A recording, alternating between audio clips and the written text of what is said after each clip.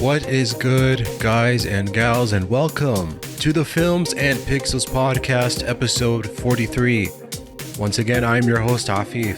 Thank you so much for tuning in. It still means a lot, and again, I just want to encourage you all to just, like, comment, subscribe. You get the whole deal. But, I know it's been some time. I'm really sorry. Just recently, it took some time, but I finally got episode 42 up, so if you haven't seen episode 42 yet, please do so. A lot of exciting topics I talked about here, and I realized the timing of this recording. It's a difficult time, with the whole Palestinian conflict and so forth, and the world is just really hurt, angry, and even more so divided, because there is a lot of divided opinions, unfortunately, on the situation. But I don't want to go dive in further on politics or anything like that, or any sort of history. I don't want to do that, but I just want to keep it lighthearted, cheer everyone up, catch up on topics that have been going on over the last 2 weeks or so. So it should be fun, so it's something that I'm kind of looking forward to do, you know what I mean? So I guess it'd be really good just to de-stress and keep everything off my mind, and hopefully off of your minds as well. So what do I want to talk about for episode 43? Definitely my review reaction on Barbie. Yes, I finally got to see the movie. Yes, I know what I said before. I didn't love it and wanted to watch it, or I should say I didn't want to watch it, but I did, and it's a big thumbs up in many ways. So yeah, also the hype and all the buzz around iPhone 15, Jim Ryan stepping down from Sony, and more news from their rival Microsoft. Major leak, Xbox leak. Could the FTC be responsible through the whole Activision procedure? And how did Phil Spencer respond? Plus, the writer's strike is finally over. When I uploaded the episode for 42, I was talking about the whole writer's strike thing, and then sometime just before uploading, it was finally over, but the actor strike is still ongoing. Plus, some of my thoughts and reactions on the Dolla trade, Damian Lillard going from Trailblazers to the Milwaukee Bucks. So that should be really good. But yeah, again, if you haven't caught up to everything before, episode 42 is up. The same for 40 and 41 and 39. But I'm looking forward to episode 43. So please stay tuned with me, and let's get this thing going. Okay, first topic. I'm actually going to review the Barbie movie. Yes, the new Barbie movie that's taken the world, brought a lot of excitement. Many people wearing pink, dressing pink, taking photos in pink and so forth. New Barbie soundtracks and so forth. And there's a good reason why it's now Warner Brothers' highest grossing movie, even surpassing The Dark Knight from 2008. Now, remember when I said that there was no way I was going to watch this movie? I didn't want to. I don't think it was a bad idea, and all that stuff. I thought too girly. My perception of this movie could not have been more wrong. I went in there just tepid expectations, and they were more than surpassed. This movie wasn't just a lot of fun. It was delightful, surprising, funny in a lot of ways, and more so thought-provoking for a movie based on children's doll, specifically for girls.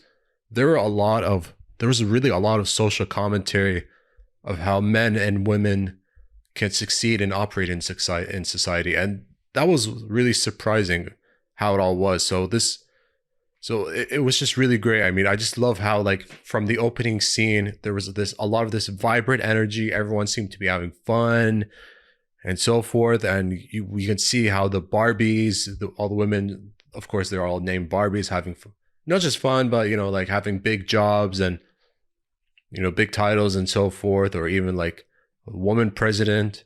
And I really love how it was a African American female president played by Issa Rae as well in this role. That was just really significant. So I thought that was just really cool and so forth. And of course, all the males that are Ken dolls, just having fun, in the beach, not really, they're not pushed to the side, but, they're just there, like lifeguards or so forth. So that's just something that was fun, and I really liked even the one big dance party scene that was like in Barbie's house. Everyone's dancing, and I like how the two Kens, Ryan Gosling, the main Ken, who I will comment further, his role was excellent, excellent performance. And Simu Liu, I love how there's like this budding rivalry between the two Kens, And then when the stereotypical Barbie, of course, played by the main Barbie, Margot Robbie, who was absolutely phenomenal in this movie, had thoughts of dying. Then, like, you could see the trickle effect, her feet becoming flat, bad breakfast, barely cold or no shower, or just cold to no shower at all. And so she has to find out what is going on. She first sees the weird Barbie played by Kate McKinnon, and then an easy path to the real world. There was no need for a bunch of extra space for like a rocket from Elon Musk or whatever, like a huge scene, or you know what I mean, just one of those scenes where like, okay, they're gonna take off now, just go through the boat to rollerblade. It was like, I love how that whole part is just really fun, just engaging, you know what I mean? But even so, like, part of the those scenes when they were both in the real world, I thought they were really engaging. From like even Barbie, meeting an old woman, just commenting how she's beautiful, to then finding one of a group of schoolgirls. They were accusing her of, enforcing huge beauty standards that are hard to follow. I just love how like even Barbie was called out for beauty standards that are impossible to follow through and just hard to live up to, and like really made her cry. I just love how the whole scene played out. And even like Ryan Gosling's Ken, again, amazing, asking a bunch of men like, how do you get these jobs, the education, and then goes to library and finds books about patriarchy. It was just really cool. And even the Mattel bosses, especially the main one of Will Ferrell, just of course Will Ferrell being comedic as always, and just finding this Barbie and try to put her in a box and so forth. But nothing evil about him. He may be a quote unquote antagonist, but there was nothing antagonist. There's no antagonism from him. Just being fun and silly. And I just love how that whole chase sequence, and even Barbie finding the Ruthie, I think her name is, Barbie doll creator, I think. And even like one of the more important characters, I forgot her name, but I know that played by America Ferrera, and the character's daughter played by Ariana Greenblatt. I just thought like watching their relationship being repaired and improved through Barbie's journey, being part of Barbie's journey, and just seeing the society and just realizing how Barbie dolls used to sort of connect them and how they grew apart. And just, it was really rewarding just to see both women just having their relationships repaired. And I just thought it was really lighthearted. Really nice. In fact, I liked how, like I was saying for Will Ferrell, like he brought comedic value. And I love how America Ferrera's character just, challenging women's place in society, and like as well when trying to, dehypnotize them, and being part of the plot of like trying to have the Kens go against each other. And even like the main Ken just coming back, just realizing, okay, this is how Barbie Land should be. This is how it should run. The houses. This is how the female Barbies should be treated. I just thought it was a lot more thought-provoking. And, like I was saying, just questions about the jobs that they should have, and they should be in charge, and so forth. And of course, there was a narrator, great narration by Helen Mirren. I really loved how Helen Mirren was part of the movie as well. And I thought it was like really fun and cool. Like no action, but just seeing the Kens fighting each other because the Barbies tricked them. That was like really funny, you know? Because with all the Barbies trying to get the Kens jealous of each other, and then they go fight, and then the Barbies fix the Constitution, while stereotypical Ken in the end has a hard time figuring out his place. And I know I sound like I summarized the whole thing, but I gotta say the performances, Margot Robbie, Ryan Gosling, excellent as always. The rest of the cast, just fun to watch as well. Praise to America Ferrera, just for even more commentary about women in the working world and how they should have more position in the corporate world, higher positions. If the Barbies can, why can't women in the real world? I thought that was really important to highlight as well. And again, like I was just saying, like the film set, just excellent, like really colorful as well, but a lot of pink. There was so much pink in this movie that there was actually a story I found about how there was so much pink that they were drying up in the world, or at least in film sets around the world. But it was kind of hilarious how there was a shortage of the pink color. So that was kind of hilarious. But it was nice to see like these bright, beautiful colors. Oh man, it was just great to see all. I was just delighted, you know. I'm just trying to make senses go work together. But again, really colorful, really delightful. I was surprised by how much I liked it. I had a smile on my face. It wasn't girly, it wasn't childish, it wasn't dumb at all. It was just thought-provoking, in a way socially conscious, just by challenging men in the world, and really challenging like how women can and should be not just more respected, but have higher positions, whether especially like a woman president, as we saw a woman president and being in charge of changing the Constitution. So I thought that was just really interesting. But again, one spectacular work by Greta Gerwig, the same director from Lady Bird. All the success, well deserved, made good use of the budget. Like I was saying, it's actually, the success is earned. And what I am surprised about is how it surpassed even The Dark Knight and other DC movies as the highest grossing Warner Brothers film of all time right now. But then again, based on the performance of recent DC films, they're not exactly surprising. But even surpassing Christopher Nolan films, that's amazing. But I mean, if you can still find it in theaters, I know it's now October and it probably ended near the end of the summer, but if you can still watch it, please go ahead. It's just delightful. It's fun. Even for men, there's nothing wrong for men to watch it. Just go have a good time. Whether you bring your wife, your girlfriend, or if you don't bring any of them, just go have fun. Just enjoy it. And just, be delighted, because it is a delightful movie.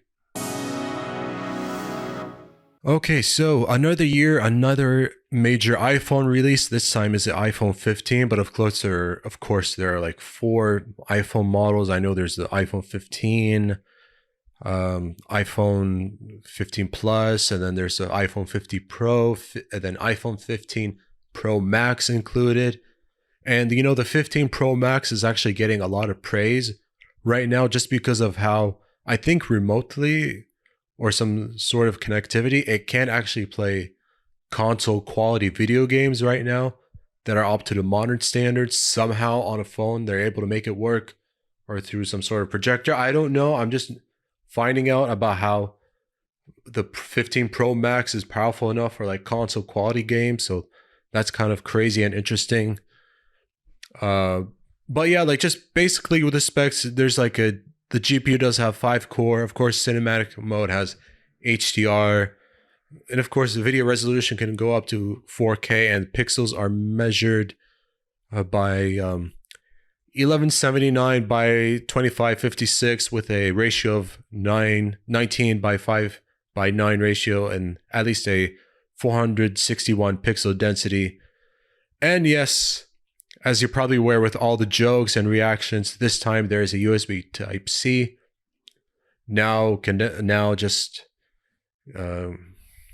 just realizing that maybe the Thunderbolt is no longer relevant or so forth.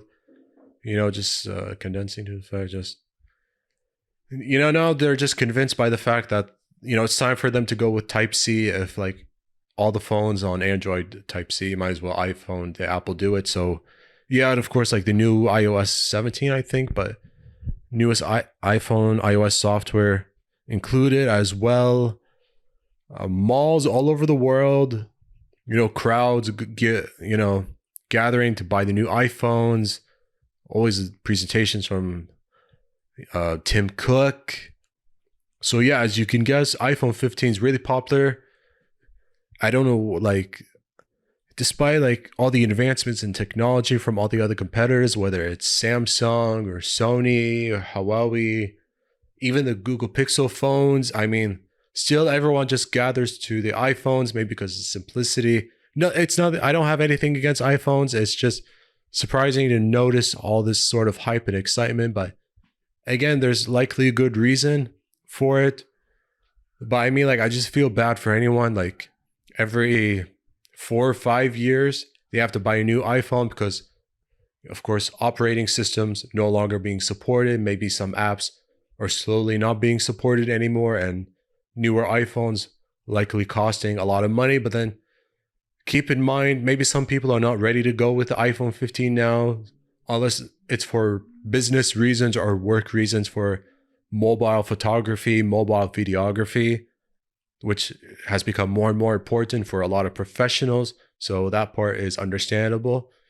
But I mean, like, if you're someone with like the iPhone 13s and the iPhone 14s, I'm sure the new iOS is likely applicable, but also still very relevant. So no need to spend, again, like, I'm just assuming they're like, what, $800, $900 by now, the iPhone 15s. I'm just assuming, I could be wrong, but it's likely going to be a success for many months to come, until obviously the iPhone 16 is released in September. So, I mean, we don't know what it's going to be like, but we already know it's going to happen. Let's just admit it. Like, there's going to be an iPhone 16, whether we like it or not. And I still have the same Galaxy A71. I admit I do like the A73, but I'm in no rush to buy it. I know the price is good, but you see what I mean? Like, my phone is still very relevant, like updated to Android 13, and I have no rush to get it. So unless you're some sort of crazy iPhone collector, then okay, good for you. But if you're not seriously going to use it, just wait maybe a couple more years until there's a viable reason to get a new iPhone 15. But still, best of luck to anyone who can buy iPhone 15s if they're not out of stock in retail stores or online like Amazon or anywhere else, for example, eBay as well. Good luck to anyone who can buy iPhone 15s and who can afford them. Kudos to you, really. All right, so Jim Ryan in the news again after more than 30 years as part of Sony in different roles, especially in recent years as president of Sony Interactive Entertainment. Jim Ryan has announced that starting next year, he will officially step down. Yeah, so that's right. Jim Ryan will retire from his position as president of PlayStation, Sony Interactive Entertainment. Now, he did cite the need to spend more time with his family while having trouble balancing between working in the US and, having trouble balancing between working in the US and finding the schedule to travel back to the UK and to see his family there. So that's another important factor. And what I've noticed, it seems to be music to the ears of many hardcore PlayStation fans. I mean, a lot of his actions and quotes in recent years, especially calling PS1 and PS2 ancient history and saying, why would anyone play them? And plus, he did like spearhead the launch of the PS5 and also some of the other exclusives, whether it's Horizon Forbidden West, God of War Ragnarok, even like The Last of Us Part 2. I know he was part of that as well. Soon it's going to be Marvel's Spider-Man 2. But so yeah, like definitely a big part of like some of their exclusives launch, helping them launch, and a big reason he was really the one with some of their exclusives being ported to PC. Obviously he was not with the idea, but many developers for many years pushed him, and he got convinced. So games like Returnal and Ratchet and Clank: A Rift Apart and Spider-Man Miles Morales, and Sackboy: A Big Adventure, even Days Gone, Horizon Zero Dawn, they all went to Windows, especially Uncharted and God of War. Like they're on Windows, available on Steam, but not like they don't go to Windows at launch, not like Xbox, like months later. It's something that they do, so that's just kind of interesting there. Well, yeah, like some head scratching decisions that seemed like anti-consumer decisions, including like high price tags or like increases pricing later on, and stance on, like I said, backwards compatibility and cloud gaming service, and just part of the investment on like some live games as a live service thing that doesn't always work out, and investing in studios, but yeah, hasn't made the best out of it, especially since buying Bungie as well. But I mean, like for the time being, at least Sony's chief operating officer Hiroki Totoki will take over as interim CEO following his departure. Jim Ryan did have this quote to say, "I've relished the opportunity to have a job I love in a very special company, working with great people and incredible partners," he said in a statement. "I will leave having been privileged to work on the products that have touched millions of lives across the world. PlayStation will always be part of my life, and I feel more optimistic than ever about the future of SIE. Thus far, 40 million consoles have..." Oh yeah, wait. Sorry, that's totally different. So it's good that with Jim Ryan, like 40 million PS5s have been able to be sold, especially with all the scalpers and during the whole COVID-19 pandemic. Still not this pace of PS4, but it'll get there. And yeah, another quote from Kenichiro Yoshida: "Jim Ryan has been an inspirational leader throughout his entire period with us, but never more so than in overseeing the launch of PlayStation 5 in the midst of the global pandemic. That extraordinary achievement made by the entire SIE team has been steadily built on, and PlayStation is on track to become SIE's most successful console yet." Well, the data shows that it will be, but let's just see if it can surpass even PS2. That's going to be hard because, PS2 is king, let's be honest. So yeah, he's been part of like recent acquisitions, of course, like with Nix's software for the PC ports and Blue Point Games for some of the remakes like Shadow of Colossus and Demon's Souls, so forth. Even a studio owned by Jade Raymond as well. But yeah, he's also been very vocal about, with Microsoft getting Activision because of how it would affect gamers, buying PS5 with, Call of Duty. And you know what I mean? So, but it also didn't help that, also, yes, there's still some single player blockbusters, but there's been more of a focus as well on the whole multiplayer MMO games as a live service sort of thing.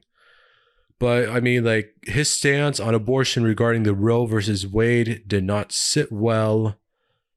His stance on it was left a sour taste in the employee's mouth, and that's why one of their biggest studios, Insomniac Games, did donate $50,000 to women's rights organization, but really could not say anything about it publicly. So I mean, like, unlike Sean Layden, Jim Ryan has been somewhat of a polarizing figure as part of SIE. Yes, there were some good moments. He did accomplish plenty, but a lot of his quotes, some of the anti-consumer actions, and sort of his stance on social issues have not sit well, whether it's with the employees or with consumers or with anyone. And I think he's making the right move as someone who's been part of the company for 30 years, it's time to move on. It's understandable between not really being able to balance his job in the US and family time in the UK. It's understandable by now, already spearheaded the launch of the new console, time to move on, retire, maybe do something else. It'll be good for him as well. And hopefully someone that can take the company in a good direction and hopefully build some goodwill, just like Sean Layden did in the PS4 era. So it's been a concern that Jim Ryan, mixed results, still again some good moments, but mixed results. Even then, like there's a trailer and a blog on a slimmer, sleeker PS5 consoles that to me look actually pretty good, but that's a different story. But all in all, a new sleeker PS5s coming this holiday season. But again, still maybe with someone else in charge, the company will be in better direction. I would hope that maybe revive some old IPs, or instead of the whole online live service MMO multiplayer. I know that they invested a lot of money in Bungie acquiring them, like for $3 billion or something, but it's good to like stay consistent on the whole single player blockbuster. After all, it was exactly what made PS4 popular among many reasons. So changing the course, I don't think it's wise to be similar to Xbox, but I think with the new leadership and better message, I think they'll be fine going forward. Speaking of competitor rivals, Microsoft, as I was saying before, a situation of their own with the whole leaked documents. Yeah, because Microsoft right now are suffering through an embarrassing episode. Someone accidentally leaked a bunch of documents exposing major details about how, their series console is going to be redesigned, announcements of upcoming games, specs details. It's just really bad. So I'll start with what happened here. So part of the documents did include a slate of games that will likely get remastered. There's probably sequel and prequels as well. Among them, there could be announcements of a Fallout 3 remastered, Elder Scrolls 4 Oblivion remastered, possibly a Dishonored 3, a prequel of Doom like a Doom Year Zero, a Ghostwire Tokyo sequel, and some sort of Indiana Jones games, just to name a few that could happen. And even discussions about, dare I say, actually thinking about acquiring both Nintendo and Valve. Yeah, can you imagine Xbox trying to acquire Nintendo and Valve? Mario, Zelda, Donkey Kong, Pokemon, Metroid, Star Fox, all on Xbox? No, that's just really awkward. No, I don't think that will sit well with anyone. And that's not going to happen. Even Capcom said no to any sort of possible acquisitions. That's not going to happen. And even like Elder Scrolls 6 not coming out anytime soon. No surprise there, but maybe 2026 or after, let's find out. But even like a couple of consoles, like the big one, Series S looking model, codenamed Brooklyn. It's going to have 2 terabyte storage, USB in the front, has a cylinder design, faster Wi-Fi technology, another controller model that I will talk about, still the same price of $500. And then the Series S model, just codenamed Elwood. Just more storage and better Wi-Fi, probably at $300. Likely what these consoles will do would just be even more power efficient as well, and probably improve on noise, although I doubt that noise is a problem. And even a new controller just codenamed Sibel, like direct to cloud connection, rechargeable swappable batteries, and even something similar to the DualSense, like precision haptic feedback. So that's going to be really cool, just to be in the same capabilities of the DualSense, and lift to wake controller, quiet buttons, and so forth. Even possibly like even the 10th generation could be like in 2028 or 2029 for when they're going to start releasing a new console that already in discussion. And possibly some sort of mobile controller plus and a premium and elite gamepad as well. So that's understandable there. Sorry about that. There were even plans initially to acquire like Warner Brothers gaming division, but to be honest, that's not going to happen. That's never going to happen. So let's just calm down there. So it's just an embarrassing episode. Whoever leaked it easily by accident. The leaked documents, you could easily find them on many news sources, whether it's Engadget or The Verge or IGN or Game Rant, Screen Rant, whomever. You could even easily find this story. You can even find a statement from Phil Spencer. He had to respond to this whole episode. Basically, he said that, saying that future plans will eventually be revealed over time about what will come next. He's still excited. They've always been hard at work, bringing the best product forward. But yeah, based on what happened, this is not a good look on them.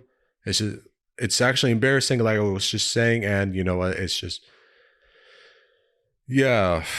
I somehow feel sorry for. I don't want to say I feel sorry for them, but I mean, for Xbox, it's the biggest leak that's ever happened because it's now all sort of future surprises completely spoiled.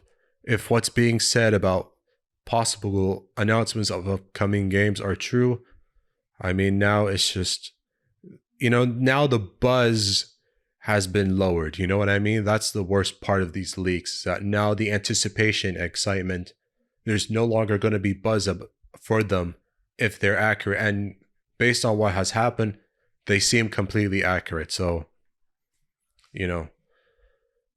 when the right moment comes, we will know, but it's just not a good look for anyone at Microsoft or at Xbox as well.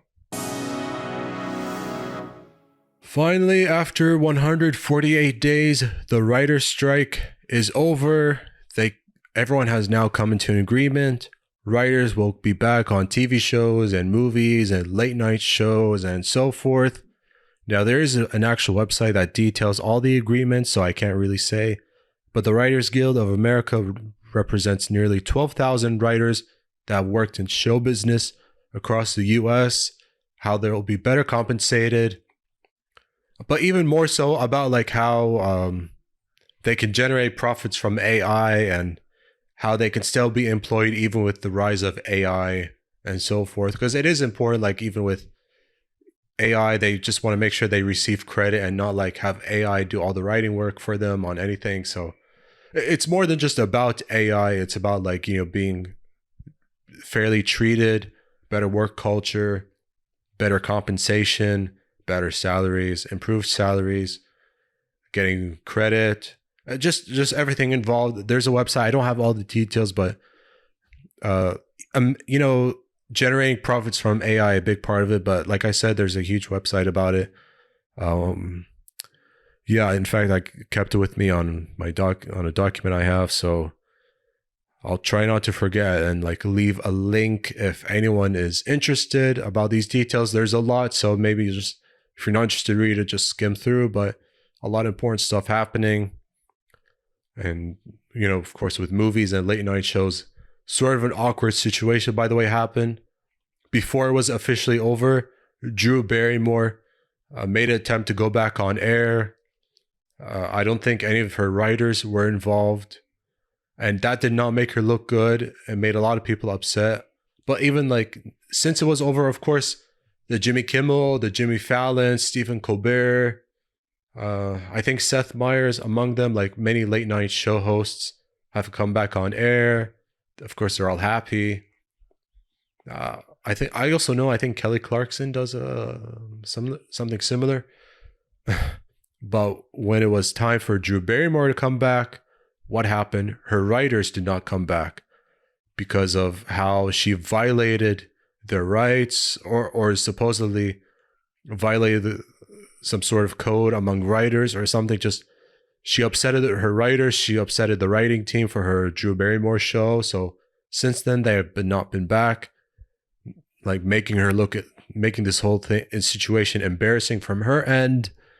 So, Drew Barrymore or any other TV show host. Wait for your writers, respect them. She did this in solidarity of the writers, and then when it was officially over, they didn't come back. Initially, I don't know if they still will, but they did not come back because, she went on air without them, and then, you know what I mean? She made herself look worse. So it was a strange situation, but now it's a important lesson. Don't do anything without your writers, because you can't land the joke. You have no jokes, and you can't land any punchlines without your writing team. So that's an important lesson there. And more importantly, their rights should be respected from now on. All right, so again, as a basketball fan, while I'm still trying to keep up with football, with Premier League and La Liga, especially watching Arsenal beat Manchester City, that I should say. And I know that there were a few La Liga games that were on beIN Sports 1. Try to catch them the best I can. But the main topic here that I do want to talk about, Damian Lillard, finally the whole trade saga over, like late September, just before the NBA had their media day. After 11 seasons, Lillard moves on from Portland Trailblazers to Milwaukee Bucks. Even though he didn't go to the Miami Heat like he wanted, he still is now part of a much better team, closer to winning another championship like the Milwaukee Bucks, with Giannis Antetokounmpo and a core that still includes Chris Middleton, Brook Lopez, Pat Connaughton, Bobby Portis with new coach Adrian Griffin. But yeah, I do have the details of the trade. Of course, the Bucks, they got Lillard. The Blazers got Drew Holiday, DeAndre Ayton, draft pick Toumani Camara, a 2028 first-round pick swap from Milwaukee, a 2029 first-round pick from Milwaukee, and a 2030 first-round pick swap from Milwaukee. So the Bucks gave up a bunch of draft picks, but for a trade like this that includes a high-caliber all-star, one of the best players in the game, highly valued asset, of course you're going to have to give up draft picks as well. But there's a third team involved in this trade, and I think the Phoenix Suns did well. They got Yusuf Nurkic, Nasir Little, Keon Johnson, and Grayson Allen. Although the interesting part is regarding Drew Holiday, the Blazers did him a favor and shipped him immediately, at least a week later, to the Boston Celtics. Of course, it did include players and draft picks. Celtics, in return for Holiday, got Malcolm Brogdon, Robert Williams III, a 2024 first-round pick from Golden State Warriors, an unprotected 2029 first-round pick. Now, of course, a trade like this will help the Celtics deepen their roster, another move that will strengthen their chances for another championship. Already got Kristaps Porzingis and now Holiday as well. I mean, too bad Robert Williams III, he had to go, but as good as he is defensively, he always gets injured, especially in the playoffs, and that hasn't always helped Boston. Malcolm Brogdon, I mean, the Celtics tried to trade him to the Clippers earlier in the summer, but even their relationship wasn't very good later in the summer, not just because of that failed trade attempt, but because of how they handled his elbow injury and whether he needed surgery or not. So it seems like he will stay with the Blazers. Bucks and Celtics did really well on this whole thing. I like where the Suns are now, improving their depth. The Blazers will be an intriguing team, but they're not going to be competing for a championship anytime soon. With the moves made, already like almost a couple of years ago, CJ McCollum traded to Pelicans. And now with Lillard and Nurkic gone, I mean, those are like their core pieces that help the Trailblazers stay competitive. But I mean, like, there was an interesting story on BleacherReport.com written by Chris Haynes detailing the saga between Lillard and the Blazers, of how that relationship deteriorated over the summer, especially with Lillard was hoping to be in Miami by now, and even though he's disappointed, he is excited about being part of a better situation. So I'd like what the Blazers now have. They're not going to be competitive, but at least they did well. Celtics got better. I like how the Suns improved their depth. Of course, we all know DeAndre Ayton not really happy being with the Suns contract situation and unhappy with his role being like third or fourth best player on the team. So I think being like the main big man in Portland, I think he'll be happy. He is happy, actually. He's definitely very happy about being traded for sure. But yeah, I mean, now it all hinges on hopefully Damian Lillard being a better defender, of course, making shots, creating shots, and trying to fit in with the Bucks team that still has championship aspirations, and hoping to keep Giannis Antetokounmpo happy, who has been vocal about saying if the Bucks are not going to be serious about winning championships, then it's perhaps he should think about moving on, like 2025, when he can be a unrestricted free agent. So a little bit of pressure there from Giannis, but also the way the Bucks finished the postseason. Of course, Mike Budenholzer getting fired. His brother, just before Game 4, died from a car crash. So I think that severely affected his focus. And meanwhile, Drew Holiday, getting his ass kicked by Jimmy Butler. Let's just admit it. And Butler tried to defend Jimmy Butler against Miami. Butler embarrassed Holiday and a bunch of players. So I think like a major roster change and a major coaching change was much needed for a Bucks team that is still serious about competing for a championship. So we'll see when the regular season starts later in October. All right, guys and gals, that pretty much wraps it up for the Films and Pixels podcast, episode 43. Yay! Thank you so much for watching and listening to this episode from beginning to end. Thank you for tuning in. It means a lot to me. It would help me if you like and subscribe and share. Even a comment is always appreciated. Thank you so much. Thank you so much. I really hope you like the topics I spoke about. Sorry, my voice. I know I have a monotonous voice. Sorry about it. I noticed it. But, just gotta keep it well hydrated, as well. But, good practice. But anyway, again, thank you so much for tuning in from beginning to end.